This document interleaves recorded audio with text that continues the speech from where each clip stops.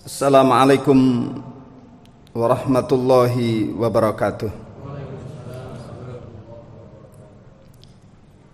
Innal hamdalillahi nahmaduhu wa nasta'inuhu wa nastaghfiruh wa na'udzu billahi min shururi anfusina wa min sayyiati a'malina may yahdihillahu fala mudhillalah wa may yudlil fala hadiyalah.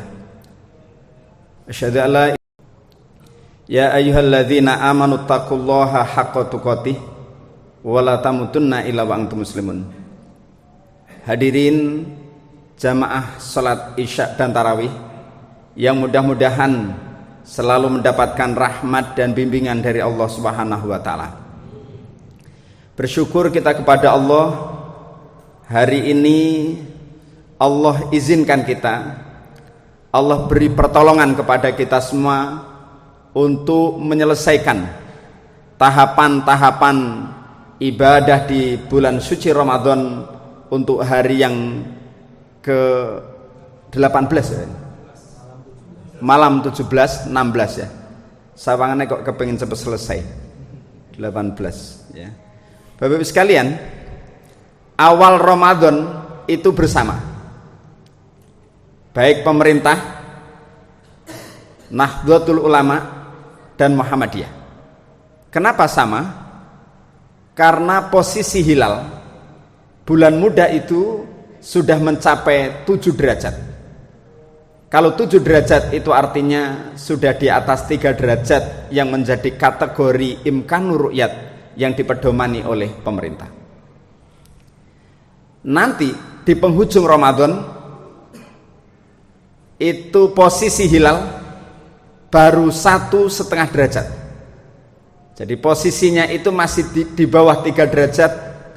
Kalau di ruqyat itu sangat tidak mungkin bisa dilihat, sangat tidak mungkin. Itu artinya nanti berpotensi untuk Idul Fitri berbeda. Bagi yang beristihad, pedomannya adalah ruqyat kemungkinan nanti menambah 1 hari, jadi genap 30, termasuk yang imkanur ru'yat mungkin dapat diruyat, namun yang berpedoman kepada hisab hakiki wujudul hilal, asal hilal sudah wujud, maka 29 hari itu Ramadannya kemudian nanti berhari raya. Kalau ada sholat id yang lebih dulu dengan yang kemudian berikutnya baru sholat id, kira-kira Bapak Ibu pilih yang sholat id di awal atau di akhir? Di mana Pak? Nah, nek ndelok wajahe kepengin sing ngarep ya. Apakah bagian dari terburu-buru? Tidak. Karena itu adalah bagian ijtihad. Maka yang paling penting adalah yakini apa yang memang perlu diyakini. Kalau mau memilih kemudian berdasarkan wujudul hilal, asal hilal sudah wujud, maka silahkan pilih duluan. Bagi yang ingin menambah juga silahkan. Karena ini produk ijtihad, maka sebagaimana Rasulullah SAW, ijtihad itu tidak ada yang salah. Kalaupun ada yang salah, itu nilainya masih 1. Kalau ijtihad itu benar, poinnya adalah 2. Maka kalau demikian, ijtihad itu maknanya adalah sama-sama benarnya, kira-kira begitu, karena sama-sama berpoin. Pilihlah dan yakinilah. Maka yang paling penting diantaranya lagi adalah bagaimana kita kemudian menjaga silaturahim, fahami yang sholat id duluan dan fahami pula yang sholat id kemudian. Itu yang pertama. Bapak Ibu yang dirahmati Allah, belum lama ini saya mengisi sebuah kajian bersama seorang dokter. Jadi pematerinya itu ada 2, pengajian jelang berbuka. Siapa penyelenggaranya? Adalah perkumpulan penyandang disabilitas Indonesia. Tempatnya itu di Museum Kanker Surabaya, Jalan Kayun.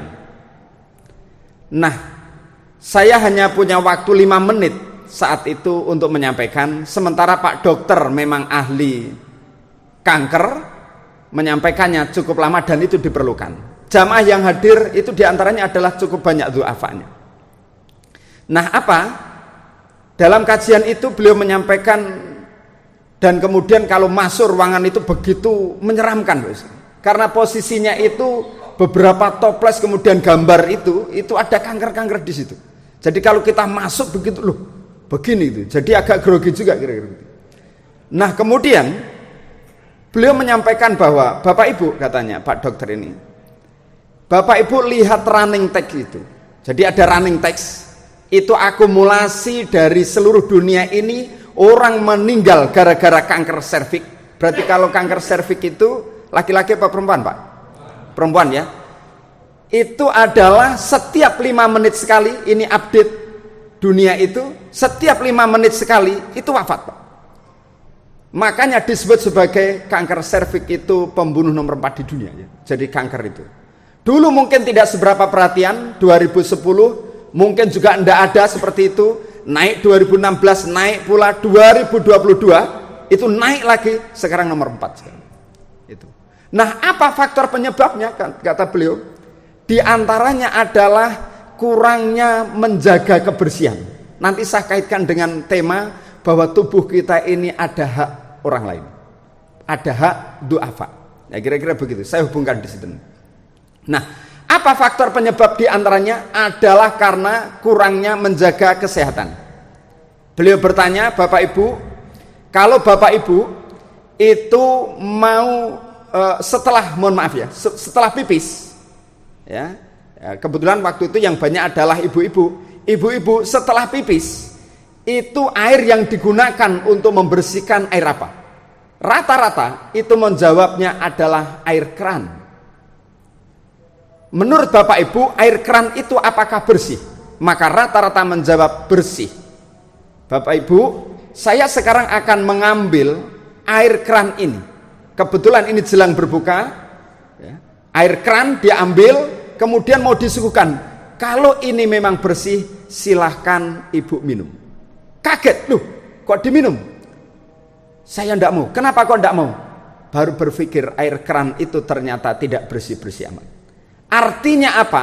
Kalau sesuatu air yang tidak bersih lalu digunakan untuk membersihkan kemaluan setelah buang air kecil, maka mungkin bisa jadi adalah tidak bersihnya juga di situ. Kalau kita ingin membersihkan lantai dengan sapu, maka sapunya harus bersih supaya lantainya bersih. Tapi selama kemudian sapunya kotor, maka lantai juga akan tetap kotor. Maka membersihkan kemaluan setelah kemudian buang air kecil ini harus kemudian juga bersih. Selain itu apa? Bisa goreng-gorengan, juga bisa gaya hidup dan lain sebagainya. Bapak Ibu, jadi posisi kajian itu walaupun ada guyonannya, tapi agak mencekam. Lalu saya kemudian menjelang maghrib itu kurang 5 menit, saya baru ada kesempatan masuk. Ya karena bagian rodok dungo-dungo didik ini. Lalu saya katakan, Bapak Ibu sekalian, saya melihat kok semuanya ya. Tadi Pak Dokter sudah menjelaskan bagaimana penyebab kanker ini, kemudian bagaimana cara pola hidupnya supaya kita nanti bisa menjaganya tidak jatuh di situ. Bapak Ibu, yang perlu diketahui adalah bahwa sumber penyakit itu 85% dipantik atau ditentukan oleh hatinya. Jangan-jangan penyakit datang itu bukan karena kurang menjaga kebersihan, tetapi memang karena hatinya penuh rasa takut. Jadi supaya nanti tidak lahir rasa takut itu, maka bahagiakan hatinya supaya nanti kemudian fresh dan sehat kembali. Mulailah saat itu kemudian senyum. Coba Bapak Ibu sekalian senyum. Wah, akhirnya senyum semuanya. Alhamdulillah. Akhirnya kemudian sejak saat itu kayaknya kok saya enggak pernah ada cerita itu yang kena kanker begitu ya. Jadi mudah-mudahan ya. Nah, apa maknanya Bapak sekalian? Bahwasanya di antara keresahan hati kita hadir itu disebabkan di antaranya sekali lagi adalah karena faktor sebuah kesalahan. Faktor dosa yang dilakukan oleh seorang hamba. Jadi bukan karena faktor kemudian belum menjaga kebersihan saja. Sesungguhnya bakteri di lingkungan sekitar kita ini banyak. Andai kata Allah kemudian mau menempel, mudah saja. Tetapi ada kita yang kemudian dijaga oleh Allah. Bagaimana supaya Allah menjaga? Inilah yang kemudian menjadi penting. Harus kita jaga pula tubuh kita ini tidak tertanam barang-barang yang haram. Kalau tertanam dalam tubuh kita ini benda yang haram, makanan yang haram, maka di situ kemudian keresahan, ketidakbaikan itu akan hadir. Bapak Ibu, dalam sebuah kuliah, seorang mahasiswa itu, yang beliau ini mahasiswa ini adalah seorang guru sebetulnya, tetapi ikut kuliah, lalu bertanya kepada seorang dosen, "Pak dosen, saya ini sudah ngajar sekian lama, tetapi kenapa saat saya menjelaskan itu kok sulit, ilmu itu sulit untuk masuk ke anak-anak saya. Saya beri nasihat anak-anak saya ini, murid-murid saya ini kok seolah-olah sulit." Beliau kemudian, "Mahasiswaku, ini waktunya sudah habis, jawabannya adalah pekan depan kuliah berikutnya." Lalu apa? Betul ditunggu, kuliah berikutnya datang, seorang dosen ini membawa 2 gelas. 1 gelas berisi air bening, 1 gelas berisi air yang keruh.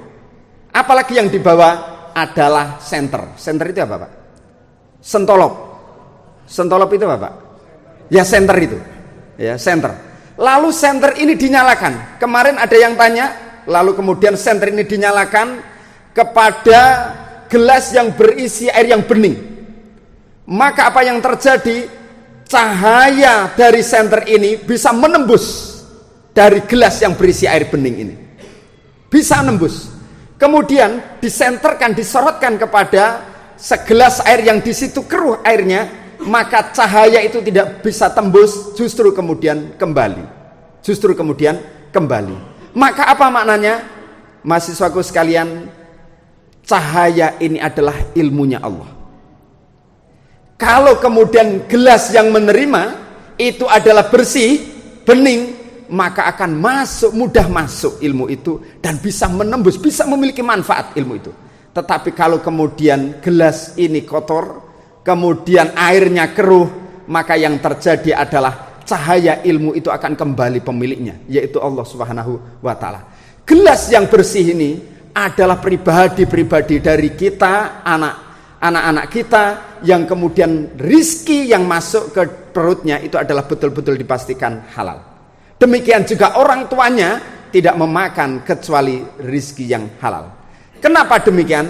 Kalau ada keruhan, ada kotor, kita sedang menanam racun di situ, maka justru doa-doa itu akan kemudian tidak terkabul di antaranya. Nah, kenapa harus tertolak semacam itu, Bapak Ibu sekalian? Adakah rizki yang datang kepada kita, berapapun banyaknya, itu tidak berangkat dari orang lain dan tidak bersinggungan dengan orang lain?